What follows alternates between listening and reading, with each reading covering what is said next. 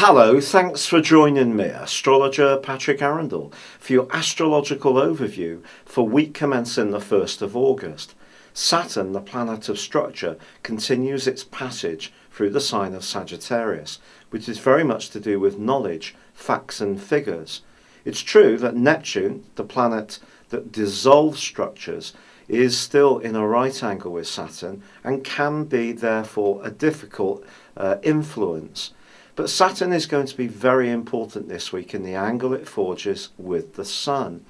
And on Tuesday, there's a fabulous new moon in the sign of Leo. Leo is all about exuberance, charisma, personality, creativity. This is sunshine central. So its combination with the moon and also angling up beautifully with Saturn, along with Venus's location in Leo too, suggests any creative ideas or any social strands that we really put enthusiasm into this week, where we've done our research and really thought things through, well, those things have a wonderful chance of enduring because of the structure that Saturn can provide to them. Also, Leo energy doesn't necessarily fire up new strands particularly easy.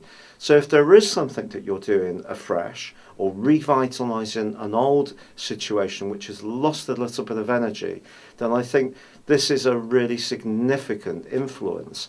It's going to be aided even more by the arrival of Mars back into the sign of Sagittarius on Wednesday. If you cast your mind back to the start of March through to pretty well the end of May, about the 27th, well, Mars was going through this location then, but in the middle of April it slammed on the brakes and went into a retrograde. And I think those 6 weeks from the beginning of March through to mid-April may have seen plenty of us being very, very motivated and able to shift some of the restraint Saturn had been imposing in its transit through Sagittarius.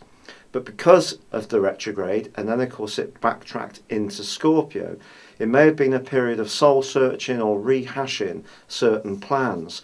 But Mars bursts into Sagittarius on Wednesday to add even greater drive, energy and enthusiasm to the mix. It is true to say that Mercury moved late last week into the sign of Virgo, where it obviously is the ruler. This is great for precision, but ironically, in the latter part of this week, Mercury is going to be joining in with that right angle between Saturn and Neptune in a potentially unhelpful way. So if you are discussing anything where you're going to be more risk-taking or bolder in your approach, it is going to be vital to treble check all the plans, all the information you have as this week draws to a close, because something that seems to be very certain or obvious could be slightly distorted in a way which is not initially clear. Virgo is also joined by Venus on Saturday.